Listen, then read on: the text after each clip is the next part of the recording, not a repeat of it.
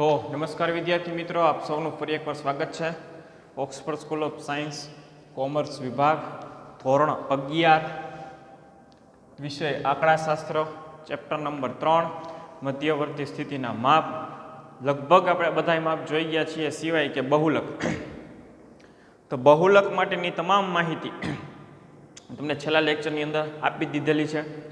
સૂત્રોય લખાઈ દીધા છે. સૂત્રો વિશેની તમામ માહિતી મેં તમને આપી દીધેલી છે. આજના આ લેક્ચરની અંદર પેજ નંબર 109 ઉપર આવી જાઓ.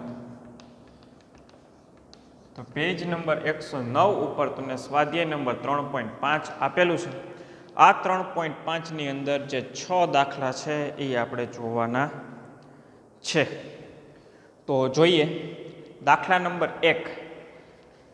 રકમ લખી લઉં છું, પછી એનો આપણે જવાબ જોઈએ. તો કે ભાઈ 146, પછી 134, 143, 144, 138, પછી 145, 153, 138,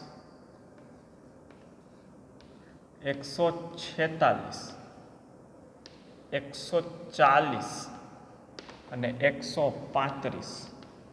કેટલા અવલોકનો આપ્યા છે? 1 2 3 4 5 6 7 8 9 10 11 ને 12. અહીંયા હજી એકવાર 138 છે એ લખતા હું ભૂલી ગયો છું. થઈ ગયા હવે આપણા 12 અવલોકન. રકમ લખી લીધી. હવે એને સમજવાનો પ્રયત્ન કરો. અને છેલ્લા લેક્ચરની અંદર મેં તમને બહુલક વિશે જે માહિતી આપી હતી એ માહિતીને યાદ રાખો. તો શું કહે છે દાખલા નંબર 1ની રકમ કે એક વર્ગમાં વિદ્યાર્થીઓના બુદ્ધિઆંક IQ નીચે આપેલ છે. તો વિદ્યાર્થીઓના બુદ્ધિઆંકનો બહુલક મેળવો. આપણને 12 અવર્ગીકૃત માહિતી આપી છે. ચોપડીમાં સાઈડમાં જગ્યા મળે ત્યાં લખી જ નખાય અવર્ગીકૃત માહિતી છે. શું કામ? તો કે કોષ્ટકમાં નથી આપી. બીજું તો કે એની આવૃત્તિ પણ છે નહીં. આપણને ટોટલ 12 અવલોકનો આપ્યા છે. એટલે આપણો સ્મોલ n = 12 થાય એ લખવાની જરૂર નથી. પણ હવે આ 12 અવલોકન ઉપર ધ્યાન આપીને મને કહો કે કયો અવલોકન સૌથી વધુ વખત રિપીટ થાય છે? તો કે 146 છે એ 2 વખત રિપીટ થાય છે. 138 છે એ 3 વખત રિપીટ થાય છે. તો અહીંયા લખી નાખવાનું અવલોકન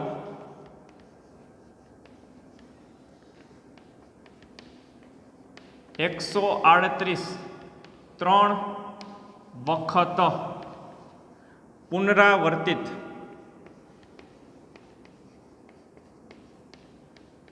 થાય છે.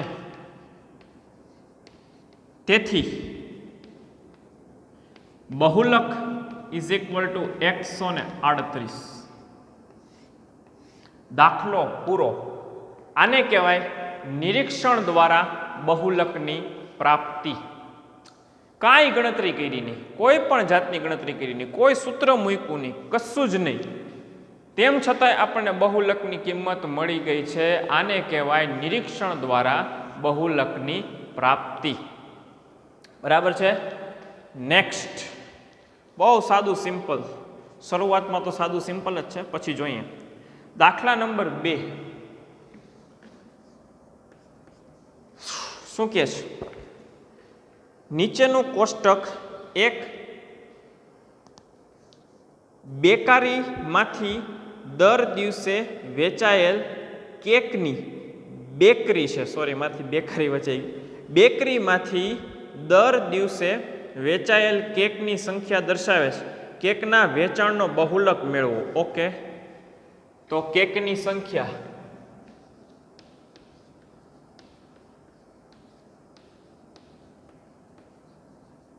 જેને x વડે દર્શાવાય 10, 12, 38, 16, 17 ને 18.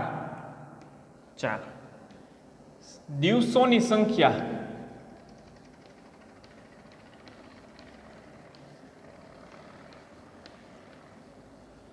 જેને F વડે દર્શાવાય.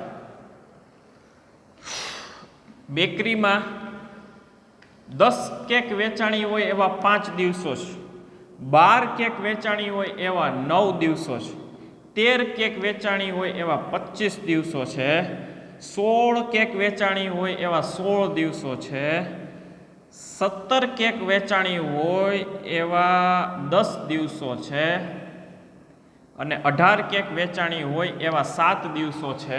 બીજું કે કોષ્ટકમાં રકમ આપી છે, વર્ગ નથી આપ્યા, પણ આવૃત્તિ છે તો ચોખ્ખે ચોખ્ખું લખી નખાય અસતત આવૃત્તિ વિતરણ છે, જેથી કરીને તમને આઈડિયા આવી જાય. બરાબર. વળી પાછું મહત્તમ આવૃત્તિ કઈ છે તો કે મહત્તમ આવૃત્તિ 25 છે. આ 25 મહત્તમ આવૃત્તિ કોની સામે છે તો 13 સામે છે. તો કોઈ પણ ગણતરી કર્યા વગર માત્ર ને માત્ર નિરીક્ષણથી તમારી બહુલકની પ્રાપ્તિ થઈ જાય તો લખવાનું મહત્તમ આવૃત્તિ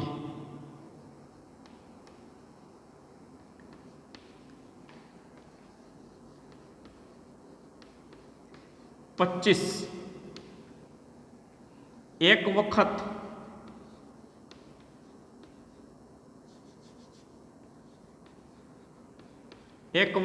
જ આપેલ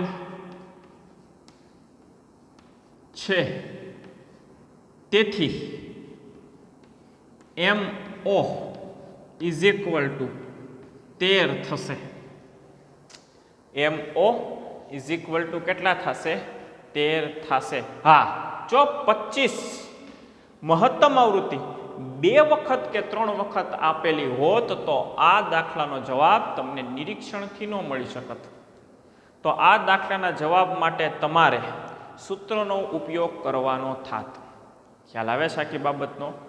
જો તમારી પાસે મહત્તમ આવૃત્તિ એક જ વખત આપેલી હોય અને અસતત આવૃત્તિ વિતરણ હોય, એટલે કે વર્ગો ન આપ્યા હોય, એવી પરિસ્થિતિની અંદર જ તમે નિરીક્ષણથી જ બહુલક પ્રાપ્ત કરી શકો, જેમ આ દાખલાની અંદર માત્ર ને માત્ર નિરીક્ષણથી બહુલક પ્રાપ્ત કરેલ છે. તો બીજો દાખલો એ સાદો સિમ્પલ, કોઈ પણ જાતની ગણતરી કર્યા વગર પતી ગયો છે. તો દાખલા નંબર 1 અને દાખલા નંબર 2 લખી લ્યો, પોઝ કરીને લખી લ્યો, જેથી કરીને હું ડાયરેક્ટ તમને એના પછી નેક્સ્ટ દાખલો તમને ગણાવી શકું.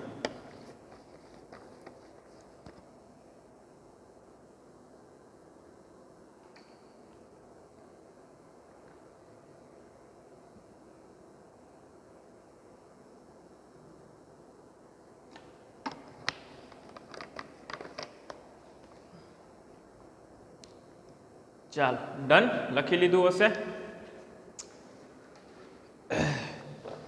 તો સૌ પ્રથમ પહેલા સરળ દાખલા ગણીએ, ત્યાર પછી આપણે સૂત્રના ઉપયોગવાળા દાખલા ગણશું. તમે જાણો જ છો કેવી પરિસ્થિતિની અંદર નિરીક્ષણથી જવાબ મળે છે, કેવી પરિસ્થિતિની અંદર સૂત્ર મૂકીને જવાબ મળે છે, તમે જાણો જ છો.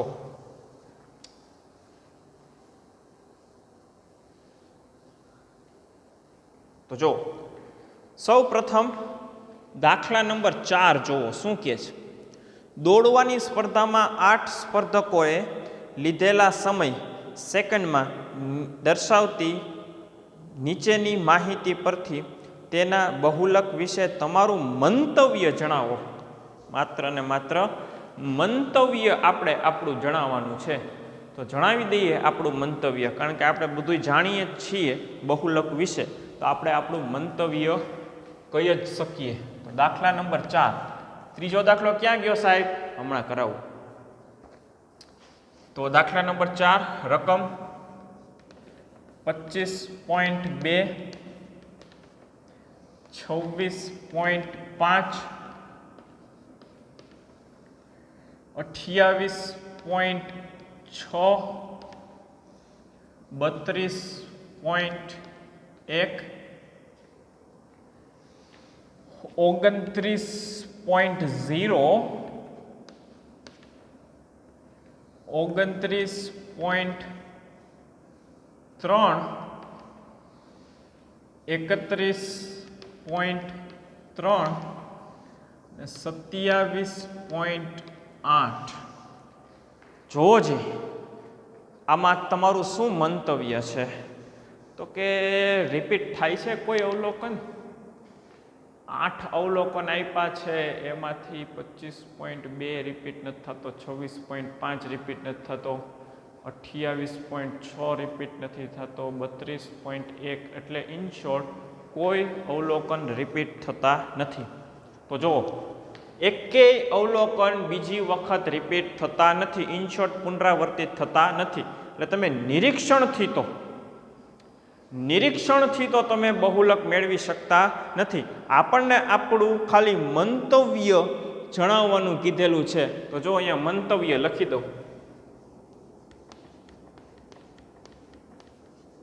મંતવ્ય શું છે તો કે અવલોકન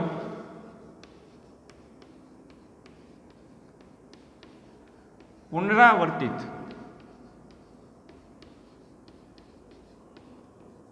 થતા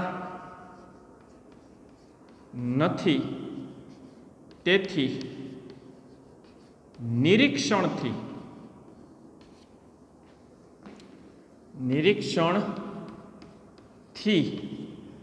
બહુલક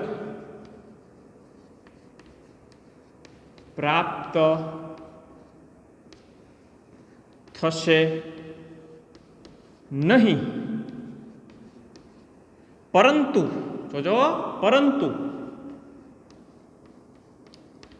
આસાદિત સૂત્રના ઉપયોગથી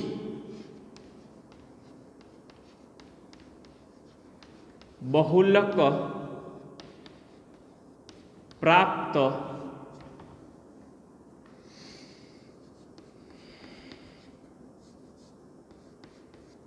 થઈ શકે છે સાહેબ તો તમારે આસાદિત સૂત્રથી દાખલો જરાક ગણાવી દેવાય ને અરે ભાઈ આપણને દાખલો ગણાવવાનું કીધું જ નથી એણે આપણને માત્ર ને માત્ર આપણું મંતવ્ય જાણવાનું કીધું છે તો કોઈ પણ અવલોકન બીજી વખત કે ત્રીજી વખત પુનરાવર્તિત થતું નથી તો આ પરિસ્થિતિની અંદર બહુલક તો પ્રાપ્ત થઈ શકે નહીં તેમ છતાં તમારે બહુલક પ્રાપ્ત કરવો હોય તો આસાદિત સૂત્રના ઉપયોગથી બહુલક પ્રાપ્ત થઈ શકે અને આસાદિત સૂત્ર કયું છે એ પણ મેં તમને લખી આપ્યું છે દાખલો ગણવાનું કીધું નથી ખાલી આપણે આપણું મંતવ્ય રજૂ કરવાનું છે એટલે મંતવ્ય રજૂ કરી દીધું જો બહુલકની કિંમત શોધવાની હોત તો આસાદિત સૂત્રથી બહુલક મેળવી લેત જોઈ લ્યો લખી લ્યો સમજી લ્યો આગળ વધીએ ચાલો નેક્સ્ટ આગળ વધીએ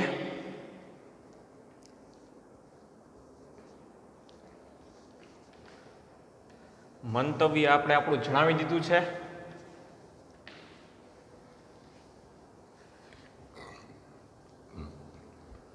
દાખલા નંબર 3 જો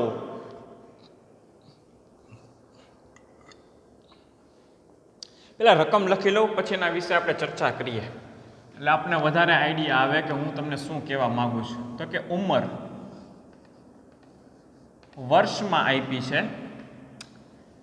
50 થી 60 પછી 60 થી 65 પછી 65 થી 70 પછી તો કે 70 થી 85 પછી તો કે 85 થી 100 અને એની સામે વ્યક્તિઓની સંખ્યા આપી છે એ આપણી આવૃત્તિ બને તો 6 10 19 9 અને 4 ઓકે રકમ વાંચી લઉં એક વૃદ્ધાશ્રમની 48 વ્યક્તિઓની ઉંમરનું વિતરણ નીચે આપેલ છે એટલે જોજો આપણે આવૃત્તિનો સરવાળો કરશો તો 48 થઈ જશે. એટલે જેમ કીધું છે કે 48 વ્યક્તિઓની ઉંમરનું વિતરણ આપેલ છે. ઓકે, બહુલક શોધવા માટે ક્યુ સૂત્ર યોગ્ય થશે? કેમ? તમે પસંદ કરેલ સૂત્રનો ઉપયોગ કરીને વૃદ્ધાશ્રમની વ્યક્તિઓની ઉંમરનો બહુલક મેળવો. ઓકે, બહુ સરસ પ્રશ્ન પૂછ્યો છે. આપણને વર્ગો આપી દીધા છે એટલે ત્યાં ચોખ્ખે ચોખ્ખું સાઈડમાં લખી જ નાખવું જોઈએ સતત આવૃત્તિ વિતરણ છે. સતત આવૃત્તિ વિતરણ એટલે કે વર્ગોવાળો દાખલો હોય ને તમને બહુલક નિરીક્ષણથી ન જ મળે. આની પહેલાના લેક્ચરની અંદર આપણે આ ચર્ચા થઈ ગઈ છે. Okay, done. એનો અર્થ શું? તો કે આપણી પાસે બે સૂત્ર છે, એક FM વાળું ને બીજું આસાદિત. આ બેમાંથી એક સૂત્ર તો આપણે મૂકવાનું થશે જ. પ્લસ એ લોકો એવો આપણને પ્રશ્ન પૂછ્યો છે કે કયું સૂત્ર યોગ્ય છે અને એ સૂત્ર શું કામ યોગ્ય છે એની પણ આપણે જાણકારી દેવાની છે. તો પહેલાં તો જુઓ તો FM વાળું સૂત્ર, આની પહેલાંના લેક્ચરમાં જે મેં લખાવ્યું હતું નોંધ, તો એ નોંધના પેજ ઉપર તમે તમારી પાકી બુકની અંદર આવી જાઓ અને FMના સૂત્રની બાજુમાં FMના સૂત્રની મૂકવા માટેની મેં તમને કન્ડિશન લખી આપી હતી કે પહેલું કે વર્ગોવાળો દાખલો હોવો જોઈએ. તો યસ, વર્ગોવાળો દાખલો છે. પહેલી કન્ડિશન મેં જે તમને પાકી બુકમાં લખાવી હતી એ તો પૂરેપૂરી ફૂલફિલ થાય છે. બીજી કન્ડિશન એવી લખાવી હતી કે દરેક વર્ગની વર્ગ લંબાઈ સમાન હોય ને તો જ તમે FM વાળું સૂત્ર મૂકી શકો. જો તો આ બધા વર્ગની વર્ગ લંબાઈ સમાન છે નહીં. અહીંયા 10 છે, અહીંયા 5 છે, અહીંયા 5 છે, વળી પાછા આગળ વધીએ તો 15 છે, પછી પાછા આગળ વધીએ તો 15 છે. ઇન શોર્ટ અલગ અલગ વર્ગ લંબાઈ છે વર્ગોની. આ પરિસ્થિતિની અંદર FM વાળું સૂત્ર તો ન જ આવે. તો તમારે અહીંયા લખવું પડશે કે આસાદિત સૂત્રનો ઉપયોગ કરીને આસાદિત એટલે શું ખબર ને? લગભગ આસાદિત સૂત્રનો ઉપયોગ થશે. શું કામ એને? તો કે દરેક વર્ગોની. આપણે પૂછ્યું હતું ને કેમ, તો આ કેમનો જવાબ દરેક વર્ગોની વર્ગ લંબાઈ એટલે કોણ? તો કે C અલગ અલગ હોવાથી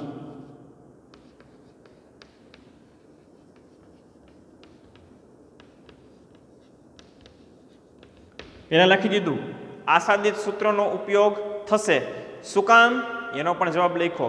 કારણ કે દરેક વર્ગોની વર્ગ લંબાઈ અલગ અલગ હોવાથી આસાદિત સૂત્રનો ઉપયોગ થશે. બહુ સરસ પ્રશ્ન પૂછ્યો. એક તો એણે આપણું નોલેજ ચેક કરી લીધું અને હવે આપણને એમ કહે છે કે તમે દાખલો ગણો, જેથી કરીને આપણને દાખલાની ગણતરી આવડે છે કે નહીં એ પણ ચેક થશે. નોલેજ ચેક થઈ જશે અને ગણતરી પણ આપણી સાચી થાય છે કે નહીં એ પણ ચેક થઈ જશે. એટલે બહુ બૌદ્ધિક પ્રશ્ન કહેવાય આને. બહુ સરસ પ્રશ્ન. તો પહેલાં સરવાળો કરી નાખીએ. આપણને ઉપર જ કીધું હતું કે 48 વ્યક્તિ છે તો 48 સરવાળો થવો જોઈએ. 6 + 10 + 19 + 9 + 4. તો યસ, n = 48. હવે તમને ખબર છે કે આપણું આસાદિત સૂત્ર કયું છે? તો કે MO = 3m - 2x બાર. એનો અર્થ શું? તો કે તમારે મધ્યસ્થ ગોતવો પડે. એનો અર્થ શું? તો કે તમારે મધ્યક ગોતવો પડે. મધ્યસ્થ અને સમાંતર મધ્યક બે ગોતી લીધા પછી તમે છેલ્લે લાસ્ટમાં તમે બહુલક મેળવી શકશો. તો સૌ પ્રથમ આપણે મધ્યક મેળવવાની કાર્યક્રમ આપણે શરૂ કરી દઈએ. તમને યાદ છે આપણે સ્વાધ્યાય નંબર 3.1 આખું 6 દાખલા ગણી લીધા છે. એમાં મેં એમ કીધું હતું ટૂંકી રીત અને સીધી રીતથી તમે દાખલો ગણી શકો, પણ ટૂંકી રીત વધારે પડતી લાંબી છે તો સીધી રીતથી દાખલો ગણી નાખો, એનાથી કોઈ ફેર પડતો નથી. તો સીધી રીતથી પહેલાં હું મધ્યક ગોતી લઉં છું. તો સીધી રીતથી મધ્યક ગોતવું હોય તો તમારે x એટલે કોણ? તો કે મધ્ય કિંમત ગોતવી પડે. બરાબર. મધ્ય કિંમત કેમ મળે? બે પદનો સરવાળો ભાંગ્યા બે, બે પદનો સરવાળો ભાંગ્યા બે, બે પદનો સરવાળો ભાંગ્યા બે. તો કરતા જઈએ 50 પ્લસ 60 ભાંગ્યા બે તો 55. પછી 60 પ્લસ 65 ભાંગ્યા બે 62.5.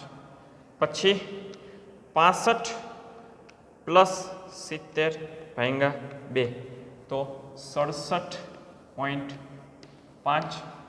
દેન 70 પ્લસ 85 ભાંગ્યા બે તો 77.5. પછી તો કે 85 પ્લસ 100 ભાંગ્યા બે તો 92.5. ચાલો હવે એફ આપણી પાસે છે, એક્સ આપણે મેળવી લીધો તો એફ એક્સનો ગુણાકાર કરી નાખો. એફ એક્સનો ગુણાકાર કરીએ તો 6 ગુણ્યા 55 તો 330. ધેન 10 ગુણ્યા 62.5 પોઈન્ટ નીકળી જાય એટલે કેટલા વધશે તો કે 625. ધેન 19 ગુણ્યા 67.5 તો પોઈન્ટમાં જવાબ આવે છે 1282.5. અને છેલ્લે 9 ગુણ્યા 77.5 તો કંઈક જવાબ મળે છે 697.5. પછી તો કે 4 ગુણ્યા 92.5 તો જવાબ મળે છે 370. અને આ બધાયનો સરવાળો કરીએ એટલે આપણને સિગ્મા એફએક્સ મળી જાય તો કેટલો આવે છે 3305. તો આ sigma F x is equal two 3305. એકવાર જોઈ લ્યો તો સરવાળો રીચેક કરી લ્યો તો 330 plus 625 plus 1282.5 plus 697.5 plus 370. Yes 3305. Okay, very good. આપણને જે કાંઈ મેળવવું હતું એ આપણે મેળવી લીધેલું છે. તો હજી અહીંયા ઘણી ગણતરી કરવાની થાય છે તો આ થોડીક વાર માટે ઇરેઝ કરી નાખું છું. તો હવે આપણને એક્સ બાર મળી જશે. તો એક્સ બાર બરાબર સિગ્મા એફ એક્સ ના છેદમાં એન તો 3305 ના છેદમાં એન કેટલો 48. તો 3305 ભાંગ્યા 48 કરીએ તો આપણને એક્સ બાર મળે છે 68.85. X bar is equal two 68.85. Done. Very good. જોઈ લ્યો જી એક્સ બાર આમ જ મેળવીએ છીએ આપણે એક્સ બાર. તમને યાદ જ છે વર્ગવાળા દાખલાની અંદર એક્સ બાર આપણે દરેક વખતે આવી જ રીતના મેળવીએ છીએ. હવે તો કે હજી તો મધ્યસ્થ મેળવવાનો છે ને ત્યારબાદ બહુલક મેળવવાનો છે. તો મધ્યસ્થ મેળવવો હોય તો તમે જાણો જ છો કે તમારે CF મેળવવું પડે. CF એટલે શું? તો કે આ જે તમને આવૃત્તિ આપેલી છે એનો તમારે સરવાળો કરતો જવો પડે. તો 6 પ્લસ 10 16 પ્લસ 19 16 પ્લસ 19 35 35 પ્લસ 9 એટલે કે 44 44 પ્લસ 4 એટલે 48. બરાબર છે. હવે તો કે વર્ગવાળો દાખલો હોય ને મધ્યસ્થ મેળવવો હોય તો બે સૂત્ર મૂકવા પડે મધ્યસ્થ મેળવવા માટે. એક નાનું સૂત્ર મૂકવું પડે અને એક મોટું સૂત્ર મૂકવું પડે. તમે જાણો છો એ પ્રમાણે. તો પહેલા નાનું સૂત્રથી શરૂઆત કરીએ.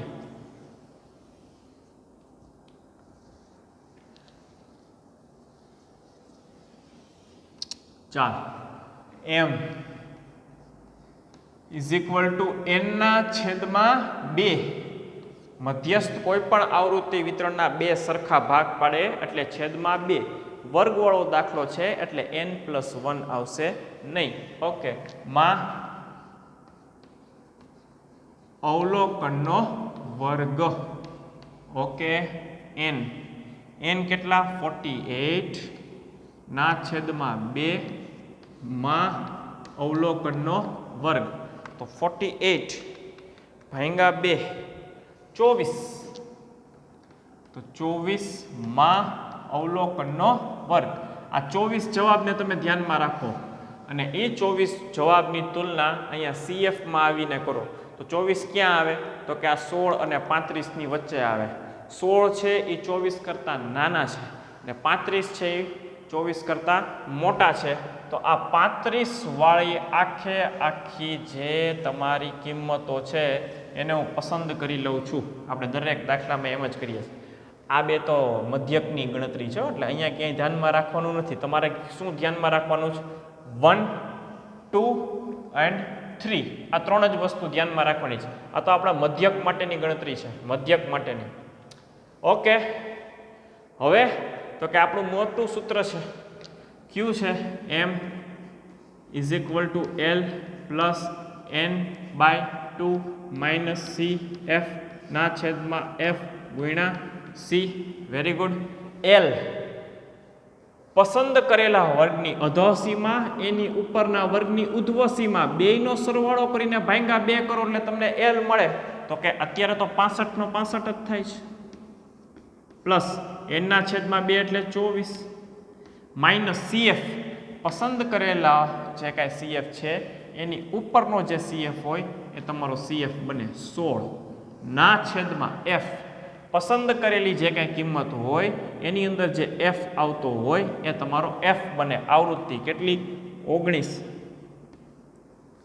વર્ગ લંબાઈ જરાક જોવો જી. આમાંથી આ બાદ કરો 70 - 65. 70 - 65 કરો એટલે તમને 5 વર્ગ લંબાઈ મળે. તો વર્ગ લંબાઈ 5. ડન. હવે આટલી કિંમતો નો હિસાબ કરી દો, બાદ બાકી કરી દો, ભાગાકાર કરી દો અને ગુણાકાર કરી દો. તો 24 - 16 ભાગ્યા 19 ગુણ્યા 5 2.65 ના 65 પ્લસના પ્લસ 2.10 5 આવે છે. 5 આવે એટલે 1 પોઈન્ટ વધારવો પડશે. તો 65 પ્લસ 2.11 થશે. 65.2.11.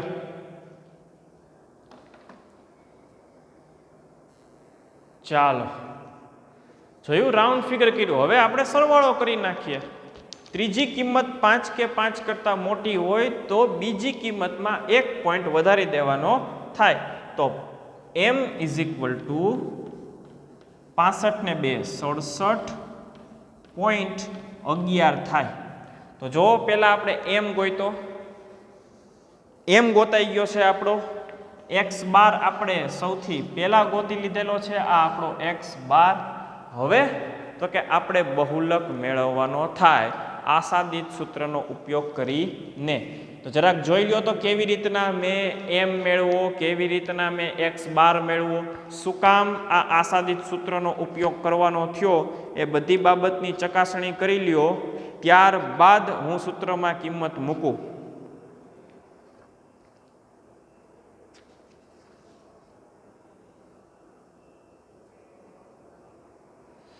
ચાલો, પોઝ કરીને જોઈ લીધું હશે તો સૂત્રમાં કિંમત ખરેખર તો બહુલક જ મેળવવાનો છે, પણ બહુલક મેળવતા પહેલા મધ્યક અને મધ્યસ્થ બે મેળવવાના થાય. તો હવે આપણો ફાઇનલ આન્સર બહુલક is equal to 3m - 2x bar.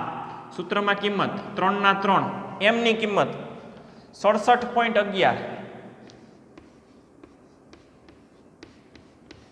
Minus 2 ના 2 એમને x બાર 68.85 68.85 તો પેલા બેનો ગુણાકાર કરી નાખો આનો ગુણાકાર આની સાથે ને આનો ગુણાકાર આની સાથે કરી લ્યો પછી છેલ્લે બાદબાકી થાય તો 3 ગુણ્યા 67.11 તો કંઈક 201.33 માઇનસ 2 ગુણ્યા 68.85 તો 137.7 અને હવે બાદબાકી કરીએ તો 201.33 તો જવાબ મળે છે 63.63 તો બહુલક ઇઝ ઇક્વલ ટુ 63.63 જોઈ લ્યો સમજી લ્યો એટલે હવે આગળ વધીએ બહુ સરસ દાખલો તમારું જ્ઞાને ચકાસાઈ ગયું અને ગણતરીએ આપણે શીખી લીધી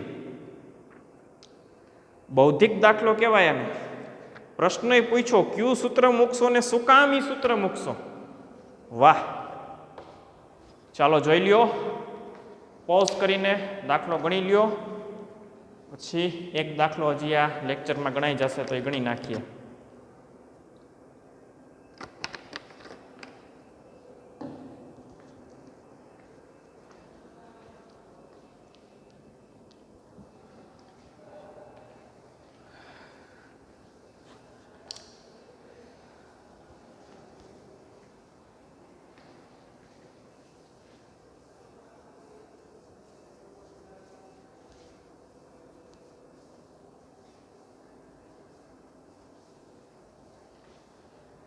ચાલો નેક્સ્ટ ચોથો તો થઈ ગયો છે પાંચમો દાખલો પહોંચ્યા છીએ ફિફ્થ રકમ વાંચું છું જરાક વ્યવસ્થિત રીતના ધ્યાન આપજો ક્યુ સૂત્ર મૂકીશ શું કામ સૂત્ર મૂકીશ એની પણ ચર્ચા હું કરીશ પહેલા રકમ લખી લઉં પછી એના વિશે સમજાવી પણ દઉં ચાલો સફરજનનું વજન બધું તો નહીં લખી શકું એટલે સફરજન અને વજન 120 થી 130 130 થી 140 140 થી 150 150 થી 160 160 થી 170 170 થી 180 180 થી 190 સફરજનની સંખ્યાને આવૃત્તિ એટલે કે F કહેવાય 8 13 19 23 10 8 ને 5 ઓકે વેરી ગુડ ચાલો રકમ વાંચું છું નીચેનું કોષ્ટક એક બાગમાંથી એકત્રિત કરેલા 86 સફરજનોની વજનની માહિતી આપે છે એટલે હવે આપણે આનો સરવાળો કરશું ને તો આપણો n કેટલો થઈ જશે 86 સફરજનના વજનનો બહુલક મેળવો ઓકે બહુલક મેળવવાનો છે હવે આપણે સૂત્રની પસંદગી આપણે આપણી રીતના કરી લઈએ સૂત્રવાળા પેજ ઉપર પાકી બુકની અંદર આવી જાઓ FM નું સૂત્ર લખાયું છે આસાદિત સૂત્ર લખાયું છે બેમાંથી એક સૂત્ર આપણે મૂકશું ઓકે વેરી ગુડ આવી ગયા હશો તમે હવે તો કે FM ના સૂત્રની અંદર મેં તમને બે કન્ડિશન લખાવી હતી બે કન્ડિશનને વાંચો વજન રકમમાં વર્ગો હોવા જોઈએ જોઈ લ્યો વર્ગો છે બીજી કન્ડિશન દરેક વર્ગની વર્ગ લંબાઈ સમાન હોવી જોઈએ જોઈ લ્યો દરેક વર્ગની વર્ગ લંબાઈ પણ સમાન છે તો જોઈ લ્યો આપણી પહેલા સૂત્ર માટેનું એટલે કે FM ના સૂત્ર માટેની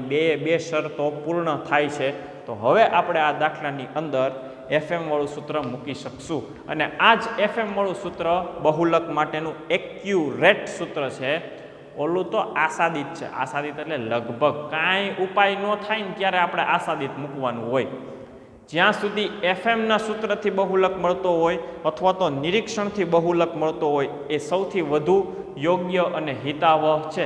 આશાદિત સૂત્ર તો આપણને લગભગ કિંમત આપે છે. 5મા દાખલાની બાજુમાં રકમમાં લખી જ નાખવું જોઈએ સતત આવૃત્તિ વિતરણ. અને પાકી બુકની અંદર તમે આ દાખલો ગણો ત્યારે પણ લખી જ નાખજો શું કામ આ સૂત્રનો ઉપયોગ થશે. હમણાં જે તમને મેં સમજાવ્યું એટલે એફએમ વાળા સૂત્રનો ઉપયોગ થશે.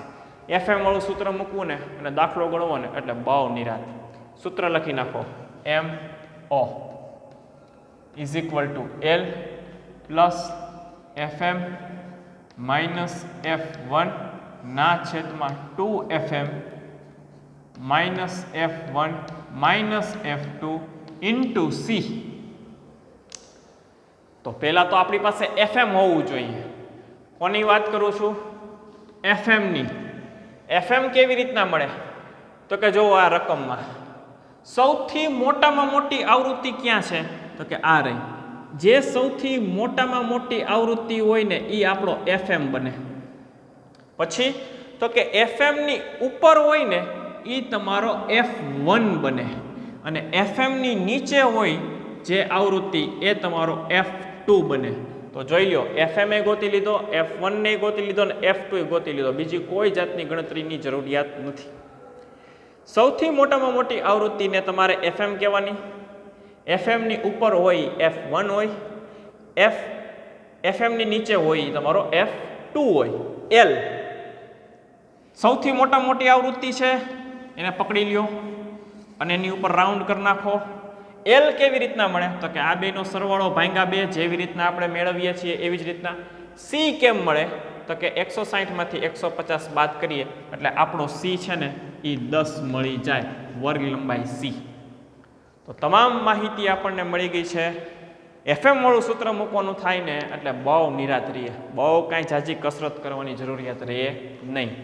સૂત્રમાં કિંમત L પસંદ કરેલા વર્ગની અધઃસીમા એની ઉપરના વર્ગની ઉધ્વસીમા બેયનો સરવાળો ભાગ્યા 2 તો 150 ને 150 જ જવાબ આવશે.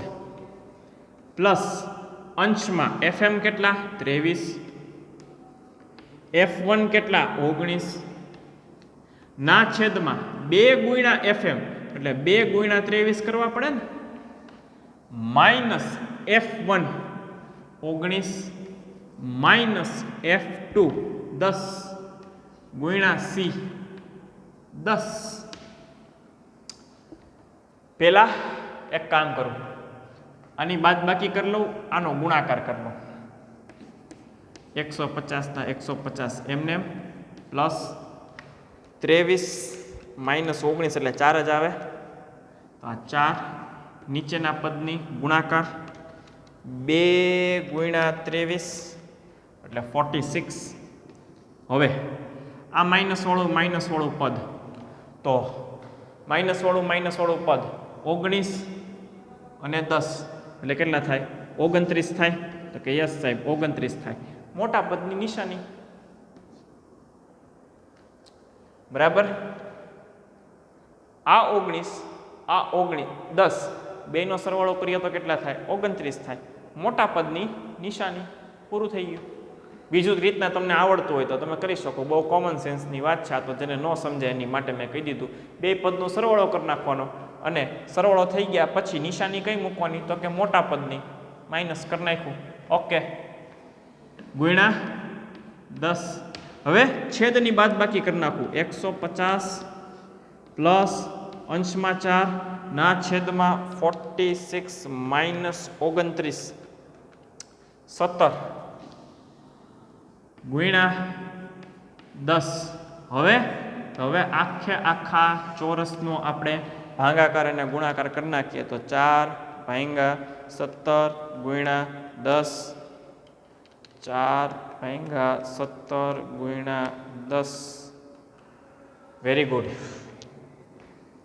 150 પ્લસ 2.35 સરવાળો કરી નાખો. બહુલક ઇઝ ઇક્વલ ટુ 152.35. દાખલો પૂરો. યસ, દાખલો પૂરો. રાઉન્ડ ફિગર કરવાની કોઈ જરૂરિયાત છે નહીં. તો જોઈ લ્યો, બહુ મજા આવે. FM વાળું સૂત્ર મૂકવાનું થાય ને એટલે બહુ નિરાશ. નો મધ્યસ્થ મેળવવો પડે, નો સમાંતર મધ્યક મેળવવું પડે, કાંઈ ચિંતા નહીં. સૂત્ર મૂકો, કોઈ ગણતરીની સૂત્ર મૂકીને સીધો દાખલાનો જવાબ. તમામ પ્રકારના દાખલાઓ જોઈ લીધા આજના લેક્ચરની અંદર.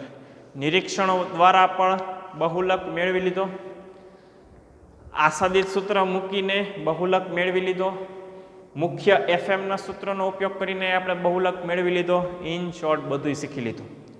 હવે દાખલા નંબર 6 છે, આલેખની રીતે બહુલક મેળવો.